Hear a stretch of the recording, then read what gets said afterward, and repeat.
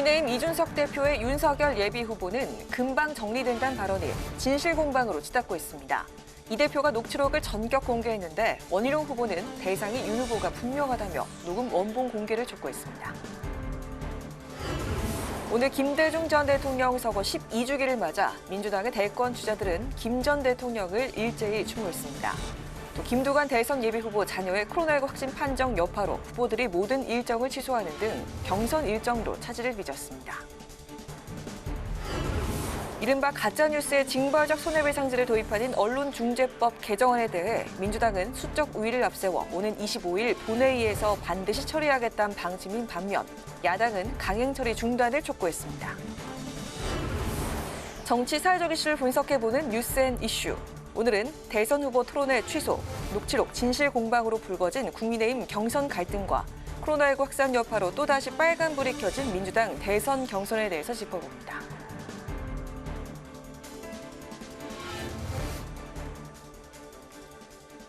여러분 안녕하십니까? 8월 18일 의정종합뉴스 뉴스엔 시작하겠습니다. 국민의힘 이준석 대표의 곧 정리된다는 발언 논란이 원희룡 대선 예비후보와 이 대표 간 진실 공방으로 확산하고 있습니다. 원 후보는 정리되는 대상은 윤석열 후보라고 주장하며 이 대표에게 녹취 파일 전체를 공개하라고 촉구했습니다. 반면 이 대표는 윤 후보가 아닌 경선 갈등이라며 더 이상 대응하지 않겠다고 밝혔습니다. 홍혜진 기자가 보도합니다. 국민의힘 이준석 대표와 원희룡 후보 간 진실 공방이 전입 가경입니다. 긴급 기자회견까지 연 원 후보는 내부 분열 우려와 진실 사이에서 고민했지만 사실관계를 밝히는 게 옳다고 판단했다며 이 대표가 말한 정리 대상은 윤석열 후보라고 거듭 주장했습니다. 이어 이 대표가 녹취록 일부를 공개한 데 대해선 교묘하게 왜곡했다며 통화 녹음 전체를 공개하라고 압박했습니다. 전체 녹음 파일을 확인하면 그 속에 있는 대화의 흐름, 말이 이어지고 끊기는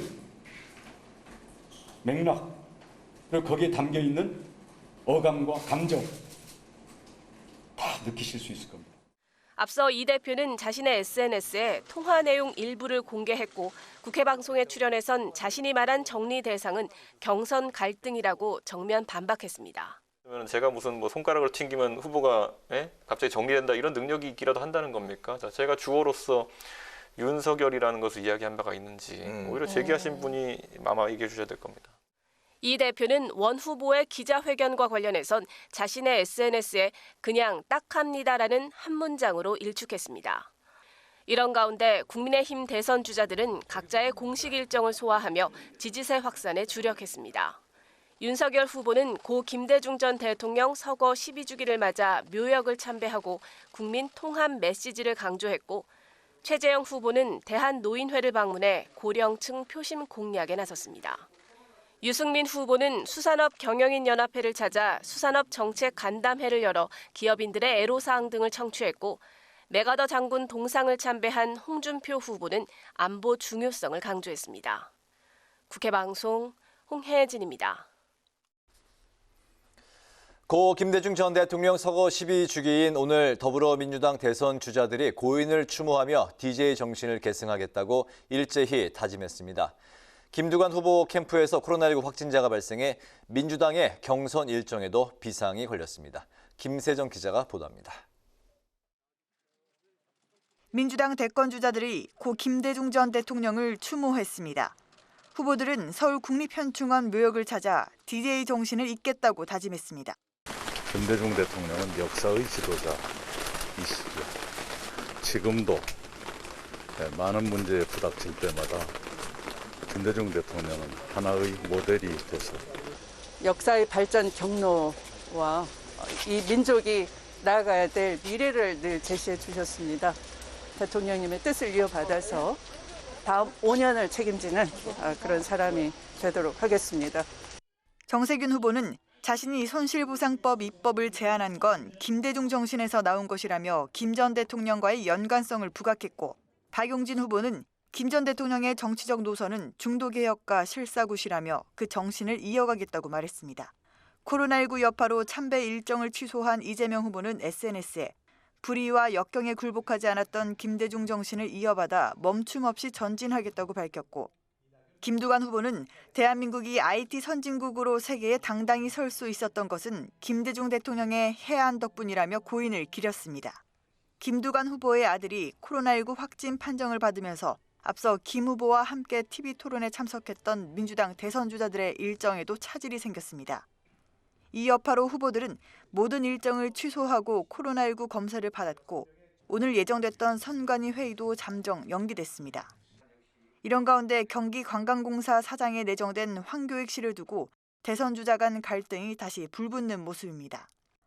황 씨는 라디오 인터뷰에서 사퇴론을 일축하고 이낙연 후보가 자신에게 친일 프레임을 씌웠다며 이 후보의 정치 생명을 끊겠다고 강력 반발했습니다.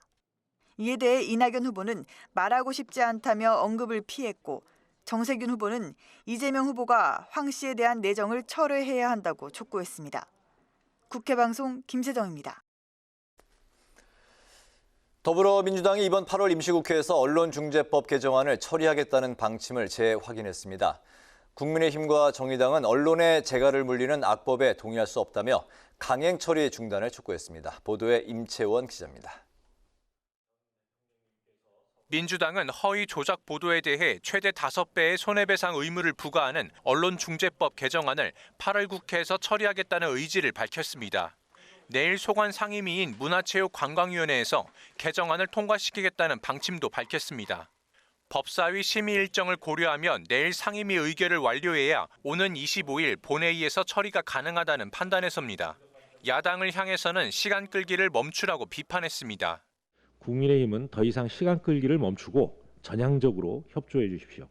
국민을 해하는 가짜뉴스로부터 국민을 지키는 가짜뉴스 피해 구제법, 이 처리를 위해 전력을 다하겠다는 말씀드립니다. 국민의힘과 정의당은 민주당이 언론중재법 개정안 강행 처리를 즉각 중단할 것을 강하게 촉구했습니다. 김기현 원내대표는 민주당이 언론인 재갈 물리기를 통해 권력 비리를 덮어버리려고 하고 있다며 끝까지 저지하겠다고 강조했습니다. 개정안이 통과되면 드루킹 여론조작 사건 등이 가짜뉴스로 낙인 찍혀 언론이 지장을 받았을 것이라는 주장입니다. 자신들의 권력의 영구화를 위해서 시도하고 있는 이러한 폭도에 대해서는 단호하게 저지하고 우리의 모든 힘을 다해서 나가야 될 것이라고 저는 생각합니다. 정의당은 국회 차원의 언론개혁 논의를 위한 언론개혁특위 구성을 제안했습니다. 민주당은 충분한 논의를 거쳤다고 주장하지만 언론 노조를 포함해 많은 시민단체가 반대하고 있다며 사회적 합의가 필요하다고 강조했습니다. 국회방송 임채원입니다. 터키를 공식 방문 중인 박병석 국회의장이 현지 시간으로 어제 무스타파 쉔톱 터키 국회의장을 만나서 고속도로와 스마트시티 사업 등 양국의 인프라 사업 확대를 요청했습니다. 김동희 기자가 취재했습니다. 박병석 국회의장은 쉔톱 터키 국회의장과 회동해서 중견국 협의체인 믹타의 의장회의를 정상급으로 확대하는 데 공감대를 형성했습니다. 또 주요 20개국 G20과 경제협력개발기구 OECD 등 다자간 국제회의에서 양국이 협력해 나가길 희망했습니다. 그 관계를 좀 더 심화 발전시키고 양국뿐만 아니라 다자간의 협력도 강화되기를 희망합니다. 박 의장과 쉔톱 의장은 양국의 인프라 협력에도 뜻을 모았습니다. 박 의장은 양국 건설사들이 공동으로 참여한 차나칼레 대교 건설이 순조롭게 진행되고 있다며 고속철도와 스마트시티 육성 사업 등에 한국 기업이 참여할 수 있도록 관심을 가져달라고 당부했습니다. 쉔톱 의장은 양국 간 협력을 넘어 제3국에 공동 진출하자고 화답했습니다. 또 한국과 터키의 무역 불균형 문제를 언급하며 자유무역협정 FTA 재검토 필요성을 제기하기도 했습니다. 박 의장은 최근 산불과 수해 피해를 입은 터키 국민들에게 깊은 위로의 말을 전했습니다. 박 의장은 현지 시간으로 오늘 터키군 한국전 참전 기념비에 헌화한 뒤 다음 순방국인 아제르바이잔으로 이동할 예정입니다. 국회방송 김동희입니다. 더불어민주당 지도부는 오늘 고 김대중 전 대통령 서거 12주기를 맞아 국립서훈현충원에서 참배했습니다. 민주당은 김대중 대통령의 강한 의지와 지혜를 되새기면서 코로나 위기를 극복하고 행동하는 양심이 되라는 뜻을 받들어 한반도 평화와 정의로운 나라를 만들기 위해서 노력하겠다고 밝혔습니다. 정의당도 논평을 내고 독재에 맞서 싸우면서 민주주의와 평화에 대한 낙관으로 역사와 시대를 헤쳐온 김대중 정신을 되새긴다며 고인을 추모했습니다. 국민의힘은 공군과 해군에서 잇따라 성추행 피해를 입은 여군 사망 사건이 발생한 데 대해서 문재인 대통령의 대국민 사과를 촉구했습니다. 김기현 원내대표는 군 성범죄 진상규명 및 재발방지특위 회의에서 똑같이 반복되는 현실에 기가 막힌다며 대통령이 사과하지 않는다면 군 통수권자 자격 자체를 인정하기 어렵다고 비판했습니다. 정진석 특위위원장은 더 이상 군 지휘부가 내놓는 사과나 재발방지 약속을 믿을 수가 없다며 군 기강의 총체적인 붕괴에 대한 책임을 물어 국방부 장관과 해군 참모총장을 경질해야 한다고 주장했습니다. 더불어민주당 송영길, 국민의힘 이준석 대표 등 여야 지도부는 오늘 국립대전현충원에서 열린 홍범도 장군 유해 안장식에 참석했습니다. 안장식은 헌화와 분향, 21발의 예포 발사, 대통령 추념사 순으로 최고 예우 속에 엄수됐습니다. 홍범도 장군은 일제강점기 때 봉오동 전투를 승리로 이끈 독립운동가로 서거 78년 만인 지난 광복절에 유해가 고국으로 돌아왔습니다. 대선 출마를 준비 중인 김동연 전 경제부총리가 국민의당 안철수 대표와 만날 계획이 없다고 밝혔습니다. 김 전 부총리는 오늘 방송통신대학교 고별 강연을 마친 뒤 기자들을 만나 정치 공학에 따라서 움직이는 건 맞지 않고 정권 교체나 재창출을 뛰어넘는 정치의 판 자체를 바꿔야 한다며 연대 가능성을 일축했습니다. 김 전 부총리는 모레 고향인 충북에서 향후 정치 행보를 밝힐 예정입니다.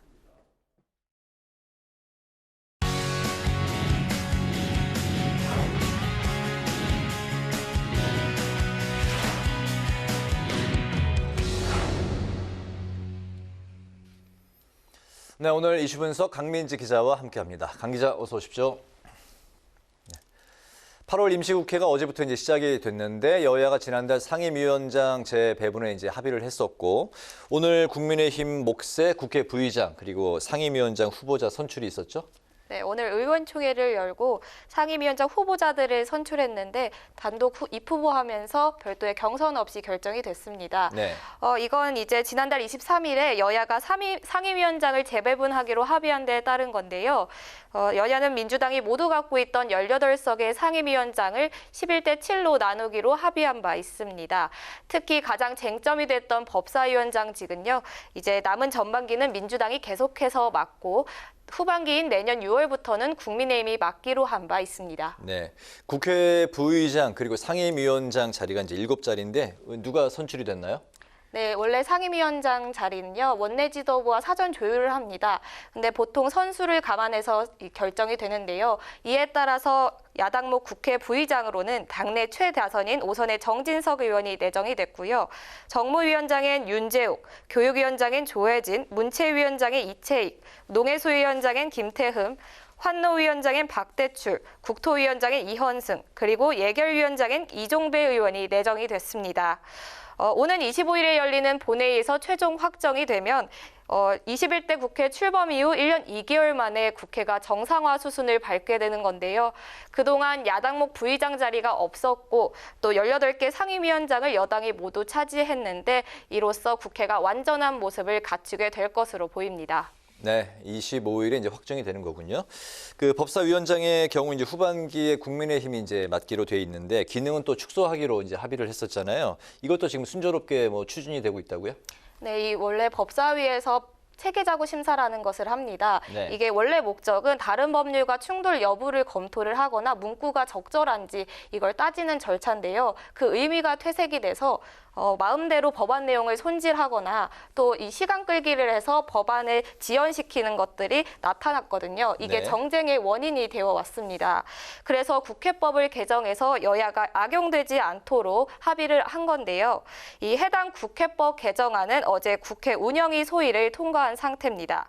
구체적인 내용은 문제가 됐던 체계자구 심사 기간을 현행 120일에서 60일로 단축을 했고 또 법안 내용도 마음대로 손질 손실하지 못하도록 체계자구 심사 범위를 못 박았습니다. 개정안이 통과가 되면 법사위는 기능적인 부분만 하게 되는 만큼 앞으로 법사위원장을 누가 맡느냐 이걸 두고 국회가 파행되는 사태는 없을 것으로 기대되고 있습니다. 여야 원내 지도부가 합의한 사항인 만큼 오는 운영위 전체 회의와 본회의에서 처리될 가능성은 높은 상태인데요.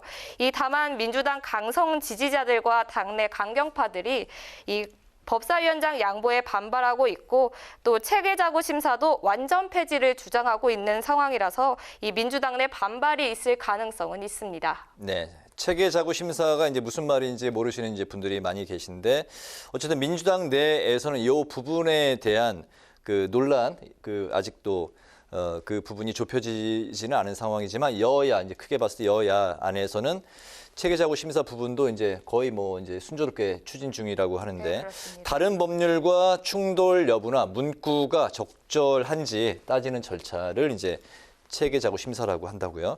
어쨌든 이런 그 협치가 계속 이어지면 좋을 텐데 이런 상황에서 오늘 언론중재법을 두고는 계속 충돌하는 모습이네요. 네, 앞선 리포트에서 보신 것처럼 이 언론중재법은 아직 여야가 합의를 하지 못한 상태입니다. 그래서 어제 민주당이 수정안을 냈는데요. 이것을 두고도 여야 간 대립이 크자 안건조정위를 구성했습니다. 그런데 구성을 놓고 야당이 반발하고 있는 건데요. 이 안건조정위가 상임위의 이견 조정을 위해 마련된 장치입니다. 최장 90일까지 법안을 심사할 수 있는 기구인데요. 조정위원 3분의 2 이상이 찬성을 하면 즉시 의결이 가능해 바로 전체 회의에 상정할 수 있는 기구입니다. 조정위원은 총 6명으로 여야 3인씩 나눠 맡게 되는데요. 그런데 여기에 법률권으로 간주되는 열린민주당 김의겸 의원이 야당 몫에 포함되면서 야당이 반발하고 있습니다. 여당 3명, 열린민주당 김의겸 의원까지 포함이 되면 의결 종족수를 충족할 수 있어서 여당이 강행 처리를 할 수 있기 때문입니다. 네. 국민의힘은 선거용 악법이다. 그리고 김의겸 의원 인선을 두고도 여야 협치를 위한 국회 선진화법 정신을 무력화한 조치라면서 이 강력 항의는 하고 있지만 의석수 차이가 나는 만큼 처리 저지에는 한계가 있을 것으로 보입니다. 네네, 통과될 것으로 이제 전망이 된다는 이야기죠. 이외에도 이제 8월의 주요 쟁점 법안들은 이제 어떤 게 있나요? 먼저 수술실 CCTV 설치 법안을 볼 수 있을 텐데요. 네. 수술실 CCTV 설치 법안은 이 수술실 내에서 의료사고나 또 무자격자에 의한 대리 수술을 막기 위해서 수술실에 CCTV를 설치하자는 내용입니다. 이 설치에는 여야가 모두 공감대를 이뤘지만 세부 내용과 처리 시점을 놓고는 이견을 보이고 있는 상태입니다. 이 때문에 이 법안도 여당 단독으로 심사 처리될 가능성이 나오고 있는 상태인데요. 복지위 여야 간사단 협의회에서 여당이 법안 소위 개최를 거듭 요청했지만 이 야당이 수용하지 않으면서 내일 단독으로라도 소위를 열겠다는 의지를 밝혔기 때문입니다.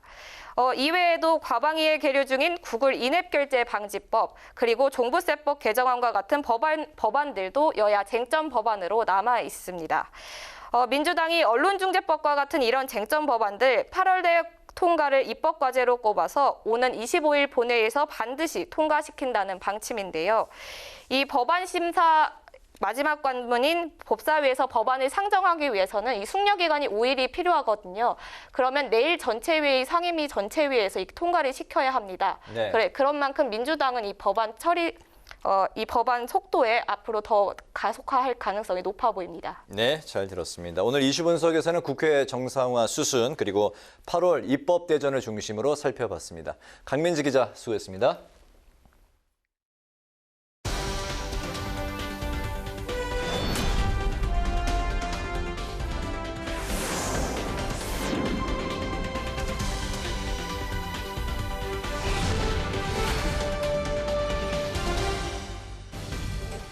강하랑의 정치톡 시간입니다. 8월 18일 시선을 집중시킨 정치 뉴스 만나보시죠.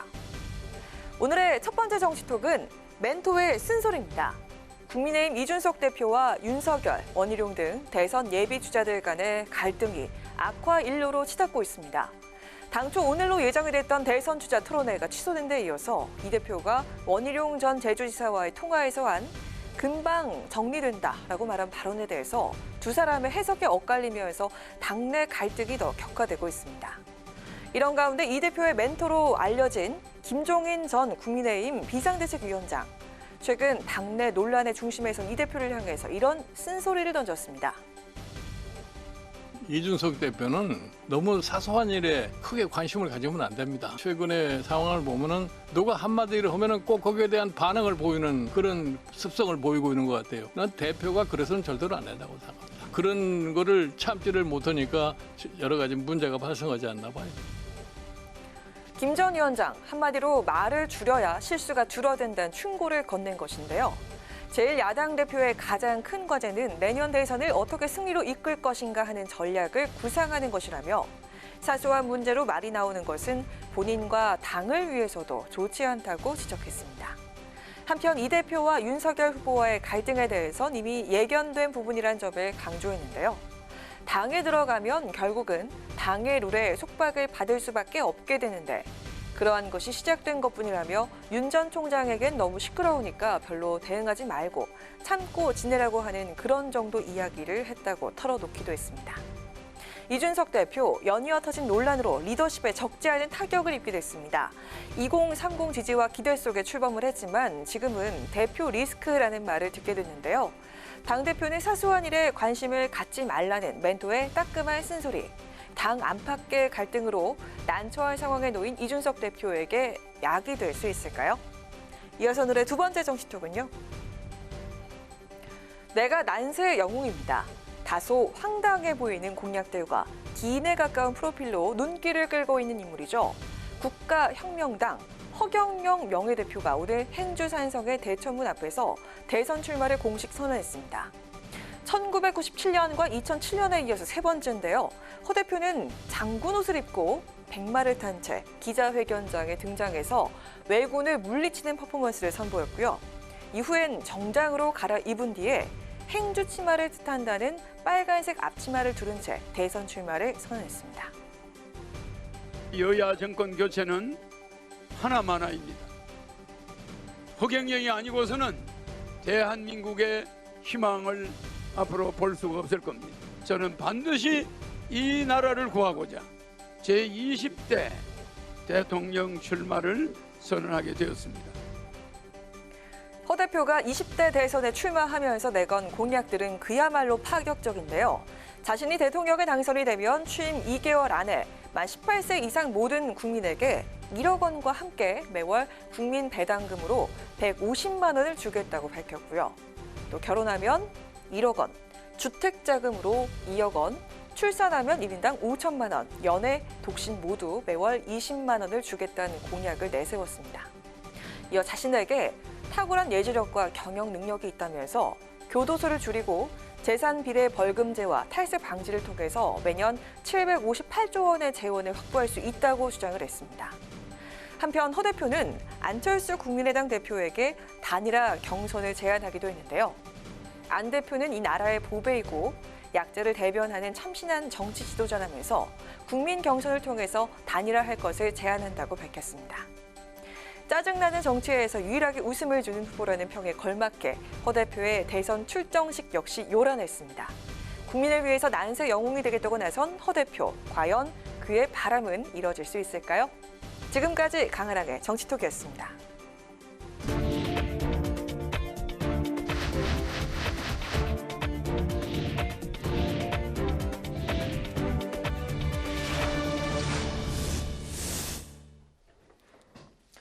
네, 이번 순서는 정치의 사회적인 이슈를 분석해보는 뉴스앤 이슈입니다. 매주 수요일 저희와 함께하는 두 분이시죠. 최진봉, 장성철 교수 나오셨습니다. 두 분 어서 오십시오. 어서 오세요. 안녕하세요. 네, 제1야당의 수장인 이준석 대표와 당내 올드보이 대선주자 원희룡 후보 간의 진실게임, 그야말로 점입가경인데요.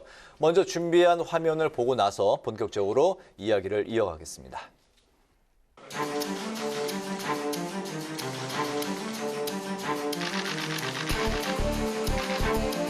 원희룡 지사께서 만약에 자신감이 있으시면은 앞에 주어 윤석열 전 총장이 정리된다 해서 윤석열 전 총장이란 말을 제가 했다고 확실하게 답을 해주십시오. 그 앞에 캠프와의 갈등 상황이 계속 묘사되고 제가 얘기했던 것이 갈등 상황에 대해 가지고 언급하는 과정 중에서 곧 그런 상황이 정리될 것이라고 이야기한 것이고 제가 무슨 뭐 손가락을 튕기면 후보가 갑자기 정리된다 이런 능력이 있기라도 한다는 겁니까?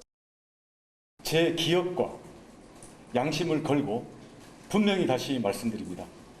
곧 정리한다는 이준석 대표의 발언 대상은 윤석열 후보입니다. 윤석열이 지지율이 떨어지기 때문에 곧 정리될 것이고 원희룡은 오르고 있어서 축하한다는 덕담까지 한 것입니다. 이 내용을 어떻게 갈등 상황이 정리된다라는 의미로 볼 수 있겠으며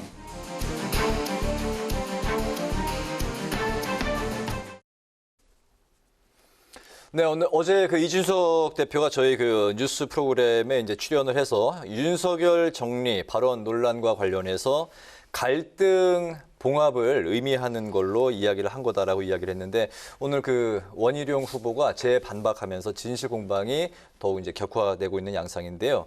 녹취 파일을 6시까지 이제 공개하라고 요구했는데 이준석 대표는 방금 전까지도 SNS 글을 올린 이후 무대응으로 계속해서 이제 일관하고 있는 상황입니다. 이렇게 이제 당대표와 대선 주자 간의 정면 충돌 양상 어떻게 지켜보고 계시는지 먼저 최 교수님부터 말씀하실까요? 그 말 그대로 하면 참 딱해요. 이런 상황이. 네. 그러니까 얼마나 이게 어렵겠습니까? 지금 경선을 한참 하고 있는 상황에서 이런 논란이 계속 벌어지는 것은요. 국민의힘에게 전혀 도움이 안 된다고 저는 생각합니다. 국민적 피로감도 커지고 이렇게 되면 경선을 하는 주자들과 대표 간의 신뢰가 완전히 무너지는 거잖아요. 그럼 어떻게 경선을 계속 진행할 수 있겠어요? 저는 이 문제가 앞으로도 계속 그 겉으로는 봉합될 수 있지만 네. 앞으로도 이 불신의 문제 때문에 계속 논란이 될 가능성이 있습니다. 경선 룰 정하는데도 제가 볼 때는 더 강력하게 부딪힐 가능성이 있고요.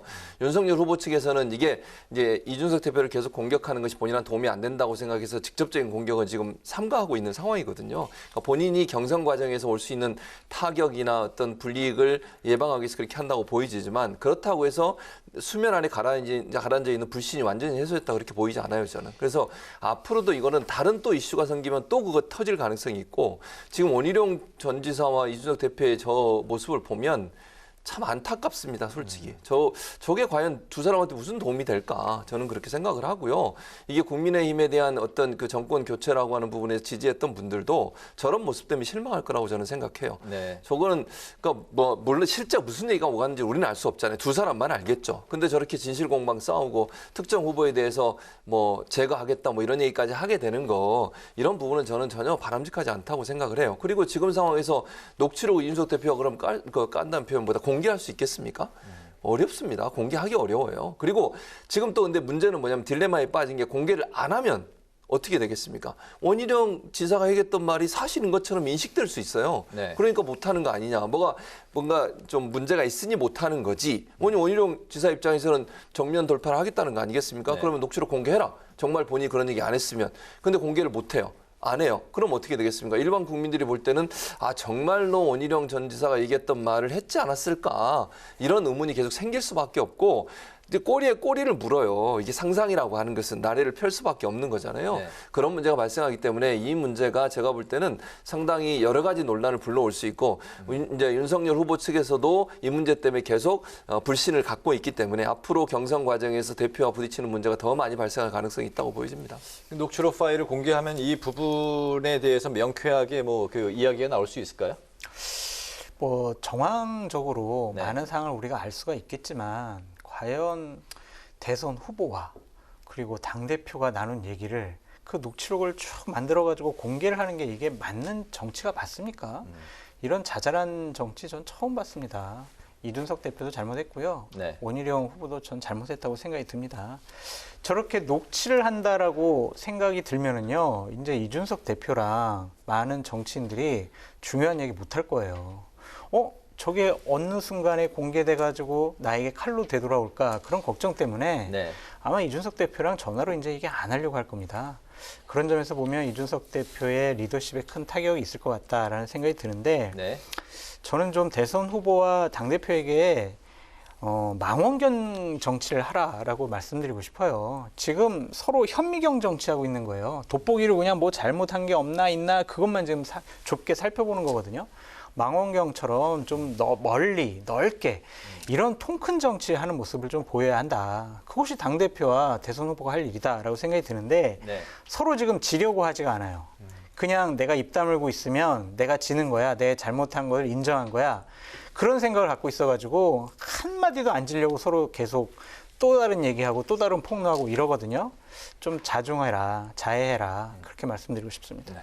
네, 그리고 이준석 대표와 윤석열 후보 간의 신경전에 원 후보가 참전한 가운데 꼬리에 꼬리를 무는 국민의힘 내홍이 걷잡을 수 없는 확전 일로를 걷고 있습니다.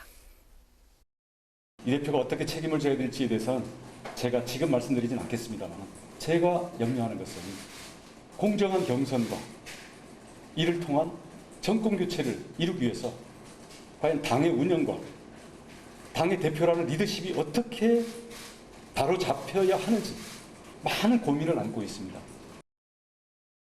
원희룡 후보는 대선 경선 후보 즉각 사퇴해야 합니다. 대통령 자격이 없는 사람입니다. 대통령 되겠다는 사람이 사적 통화 내용을 그것도 확대 과장해서 공개하고 뒤통수를 칠 수 있다는 말입니까? 왜 이렇게 지도부를 흔드는 것인지 좀 제발 좀 자중해 주십사 하는 그런 부탁의 말씀을 드립니다. 당내 권력 투쟁에 제발 좀 몰두하지 말았으면. 누가 원하는 거예요? 경선 버스가 시동도 걸기 전에 그야말로 아수라장이 되고 있다는 우려가 큽니다. 이 대표와 원 후보 사퇴론에 대한 의견 좀 들어보겠습니다. 사퇴하면 안 되죠. 이준석 대표 사퇴하면은요 국민의힘 내년 대선 못 치릅니다. 또 비대위 할 겁니까? 아니면 김계현 원내대표가 비대위원장 또 합니까? 이래서는 대선을 치를 수가 없다. 2030 세대에 어느 정도 지지를 받고 있는 이준석 대표의 퇴진은요 그들의 마음을 떠나보내게 할 수가 있어요. 그러니까 절대로 사퇴하면 안 될 것 같고요. 원희룡 후보와 관련된 것도 사퇴론이 나오는데 저 사람이 대통령 후보로서 자격이 있느냐 없느냐는 당원과 국민이 판단하면 됩니다. 하태경 후보도 지금 대선 후보 출마했잖아요. 네. 그 상대 경제 후보한테 이렇게 사퇴하라는 것은 좀 적절해 보이지 않는다라는 생각이 들고 현재 국민의힘의 상황은 한마디로 난장판이에요. 당대표, 대선 후보들, 지도부들, 최고위원들 서로 그냥 싸우고 있어요. 근데 더 큰 문제는 뭐냐면요. 이것을 정리해줄 경륜 있는, 경험 있는, 존경받는 그런 중진 의원이 없다라는 것이 상당히 이 국민의힘의 내용이 오래 갈 수도 있다라는 생각도 듭니다. 네, 명락대전에 이어서 당 주자들 간의 이 갈등 양상이 이번에는 국민의힘으로 이제 옮겨 붙었는데 훨씬 더 판이 커진 느낌입니다. 그렇죠. 네. 그러니까 제가 볼 때는요, 이게 명락대전이라고 얘기하는 것은 후보들 간의 논쟁이에요. 그건 충분히 있을 수 있다고 봐요, 저는. 네. 경선 과정에서 후보들 간의 논쟁이 있고 서로 공격하는 건 뭐 일반적인 일이잖아요. 근데 이거 국민의힘의 문제는 그 차원을 넘어섰어요, 지금.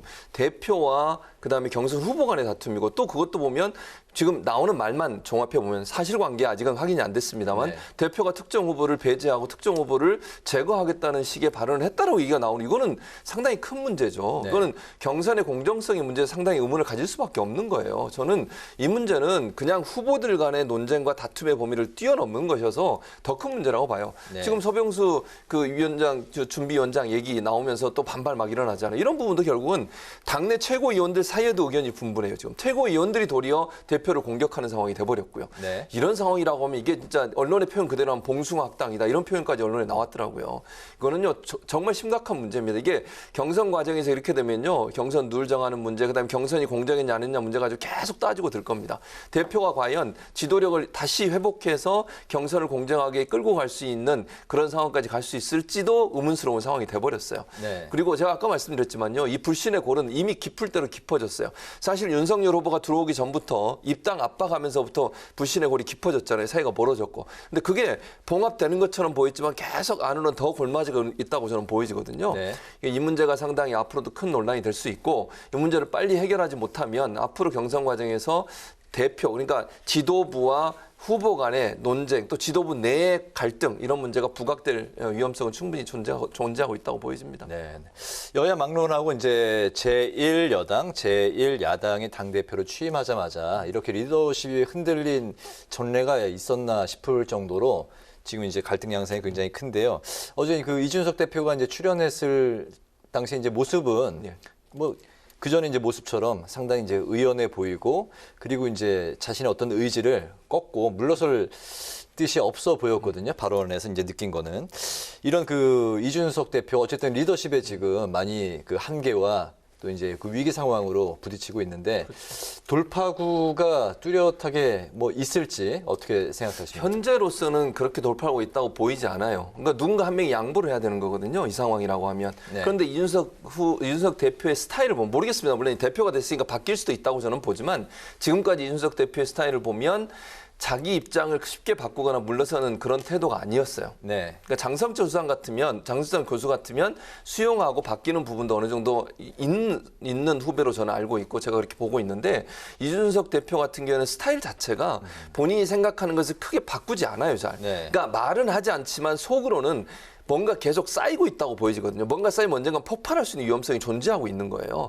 그래서 대표의 입장에서 여러 가지 조언을 듣고 예컨대 지금 상황을 봉합하는 게 맞다고 생각해서 말을 아낄 수는 있겠지만 본인의 생각 자체를 바꿀 거라고 저는 보지 않습니다. 그러면 양쪽이 조금씩 양보해야 되는 건데 그 양보가 어느 정도까지 이루어질지는 좀 지켜봐야 될 것 같아요. 정치력을 발휘해야 된다고 보고요. 네. 두 사람이 직접 못하면 이제 중간에서 누군가가 중재 역할을 해야 돼요. 그래서 서로를 만나게 하고 중간에서 풀 수 있는 어떤 완충제 역할을 해야 될 텐데 두 사람 문제 가지고 두 사람이 해결할 수 있는 문제는 저는 아니라고 봅니다. 그래서 그걸 어떻게 지도부나 아니면 후보 측에서 잘 조합을 이루어서 할 거냐 하는 문제는 서로가 서로에게 조금씩 양보하는 모습이 필요한 상황이다 이렇게 보여집니다. 네.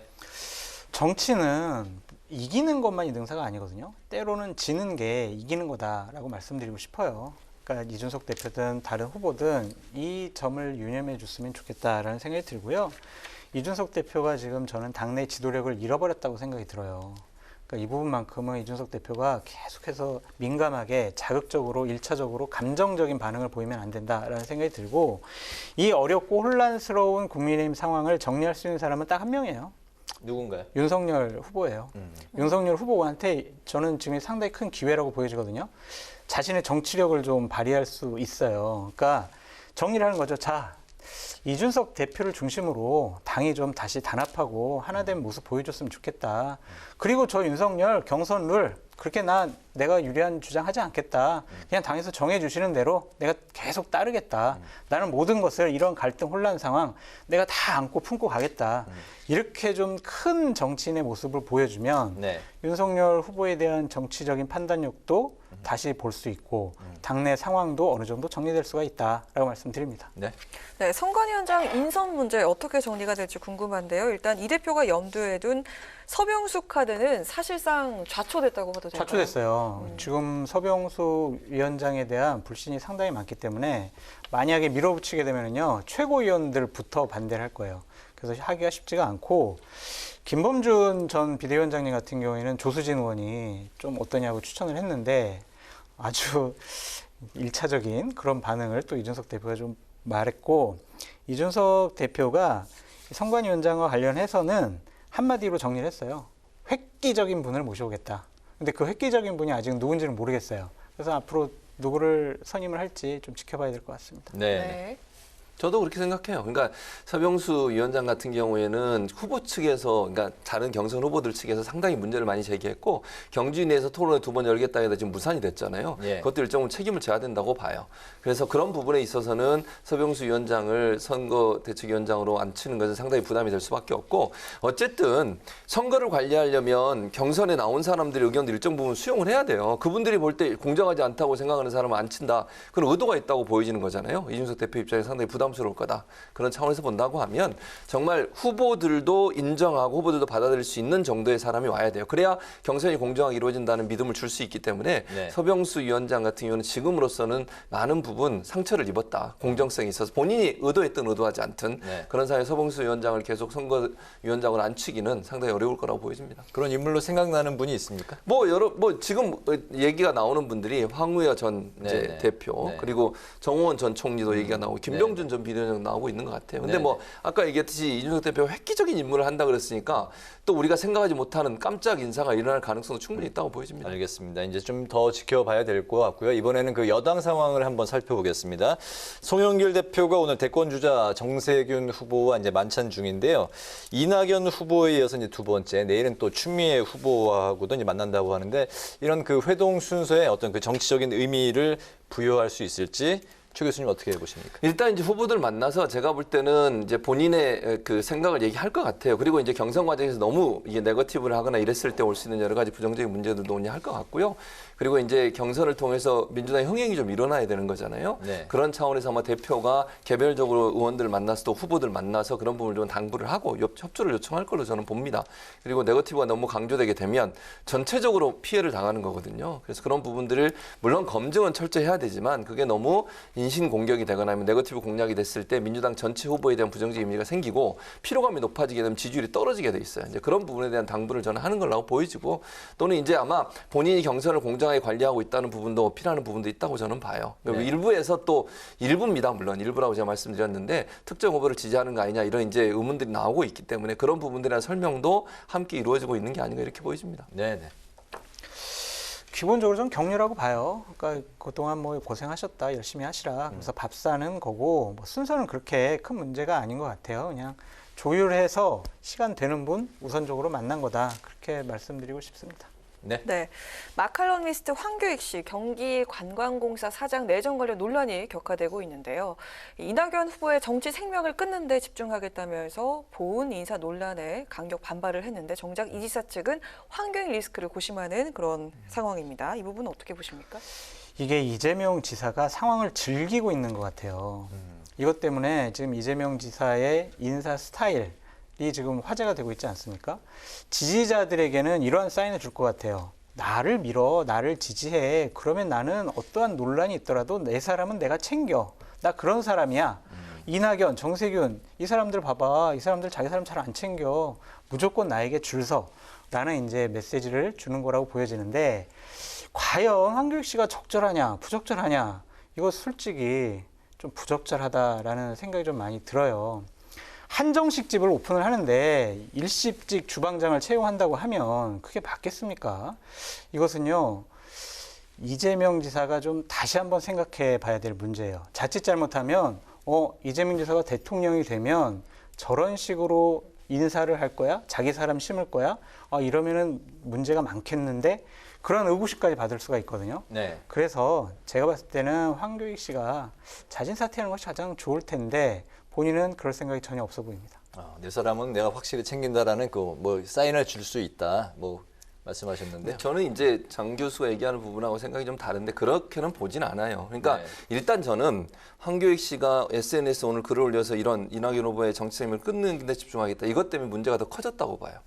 그러니까 이걸 이렇게 확대시키는 것이 본인한테 절대 도움이 안 돼요. 그리고 한편으로 얘기하면 이재명 후보에게 과연 그럼 도움이 되겠습니까? 저는 아니라고 봅니다. 네. 저는 심각하게 캠프에서 고민하고 있을 거라고 생각해요. 어제 사실 민주당 대선 후보들 토론회 있었습니다. 그 토론회에서 이 문제에 대해서 질문받고 이재명 후보가 했던 말이 있어요. 지금 경기도에서 청문회 하고 청문회 내용도 보고 여론도 살펴서 최종 결정하겠다고 얘기했습니다. 네. 그 말은 뉘앙스가 좀 바뀌었다고 저는 인식해요. 그게 무슨 말이냐면 이 문제가 논란이 되면 될수록 경선 과정에 있는 이재명 후보한테 상당히 부정적인 영향을 미칠 수밖에 없어요. 방금 장 교수가 얘기했듯이 그런 이미지가 생기면 어떻게 하겠습니까? 이건 절대 도움이 안 돼요. 그래서 저는 이 문제는 심각하게 고민을 하고 있을 거라고 저는 보고 이 문제가 이렇게 되는 데는 황교익 씨의 그 SNS 글이 아주 결정적인 역할을 했다고 생각해요. 그냥 가만히 있었으면 뭐 논란이 있어도 어느 정도 넘어갈 수 있는 상황이었는데 이걸 이렇게 정치적인 논란으로 키운 바람에 더 어려운 상황이 됐다고 저는 봅니다. 네네, 알겠습니다. 마지막 질문 드리겠습니다. 이런 가운데 이제 민주당의 친문계가 이재명 후보의 이제 기본소득에 대해서 끝장 토론을 이제 제안을 했는데 이 제안을 두고서 친문이 반 이재명 전선에 뛰어들었다. 뭐 이렇게 이제 또 관측하는, 전망하는, 분석하는 이제 사람들이 있습니다. 뭐 어떻게 보십니까? 저는 그렇게 보진 않아요. 그러니까 친문이 분화됐다고 저는 보거든요. 왜냐하면 친문 진영에 있는 분들 또 예전에 문재인 정부의 청와대에 근무했던 분들 많은 분들이 이재명 캠프에 가 있는 분도 많이 있습니다. 그래서 분화되고 있는 과정이지 친문이 이재명 후보에 대한 반 이재명계를 형성했다 이렇게 볼 수는 없어요. 다만 저는 이런 토론은 저는 중요하다고 생각합니다. 그러니까 20명의 이제 민주당 의원들이 이걸 제기했다고 저는 알고 있는데요. 그분들이 그렇게 제기해서 이재명 후보가 얘기한다고 저는 할 수 있다고 봐요. 끝장 토론하는 게 좋다고 봅니다. 왜냐하면 기본소득에 대해서 국민들도 알고 싶은 부분이 있고 의원들이 집중적으로 질문하면서 답변 얻어내면 이재명 후보가 얘기하고 있는 기본소득이 어떤 모습인지를 알 수 있는 기회가 되지 않겠어요? 그래서 저는 끝장 토론은 긍정적으로 평가할 필요가 있고 참여하는 게 좋다고 저는 개인적으로 생각을 하고요. 다만 친문이 반 이재명으로 돌아왔다 이렇게 단정적으로 얘기할 얘기할 수 있는 상황이 아니다. 지금 이재명 후보 측에도 많은 친문 진영의 분들이 와 있기 때문에 분화되고 있다. 이렇게 보는 게 맞습니다. 네네. 상황을 정확히 잘 설명해 주셨고요. 저는 뭐 친문 반문보다 앞으로 계속 나오고 있는 그 여론조사 있잖아요. 그래서 누가 더 경쟁력이 있어? 누가 윤석열 후보를 꺾을 수 있어? 이것이 더 주된 관전 포인트지 친문 반문은 이제 지나간 얘기다라고 말씀드리고 싶습니다. 네, 알겠습니다. 이제 그 뉴스앤 이슈 오늘 토론을 이제 여기서 마무리할까 하는데요. 토론회 취소와 녹취록 진실 공방으로 불거진 국민의힘 경선 갈등 그리고 민주당 대선 경선을 중심으로 살펴봤습니다. 지금까지 최진봉 성공회대 교수, 장성철 대구 카톨릭대 특임 교수와 함께했습니다. 오늘 두 분 말씀 잘 들었습니다. 고맙습니다. 목요일인 내일 전국에 구름이 많은 가운데 소나기 소식이 이어집니다. 수도권과 충청, 호남은 낮 기온이 30도 안팎까지 올라 덥겠고요. 동해안 지역은 비교적 선선하겠습니다. 이번 주말부터 다음 주 토요일까지 비가 길게 이어지면서 때늦은 가을 장마가 찾아오겠습니다. 오늘 뉴스엔은 여기서 마치겠습니다. 국민의 국회를 위해서 내일도 뉴스엔이 함께하겠습니다. 시청해주신 여러분 고맙습니다.